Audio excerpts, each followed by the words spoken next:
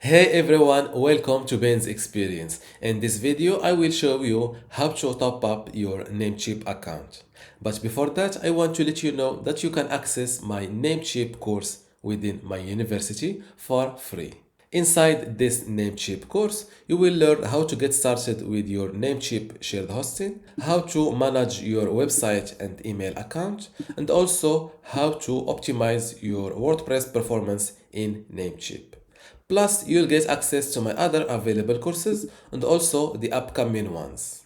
To join my university today for free, just go to university.bensexperience.com.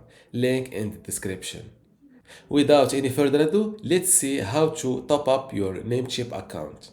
Topping up your Namecheap account is easy. It all starts with login to your Namecheap account. Then under account balance, click on top up. From this page, you can see your current balance and also select your payment method. For example, I will select PayPal, then click on next. Now enter the amount you want to add and click on checkout with PayPal. Log in to your PayPal account, select if you want to pay with your balance or one of your credit cards and follow the instructions. That's all for this video. If you learned something out of it, don't forget to give it a like and also subscribe. Thank you.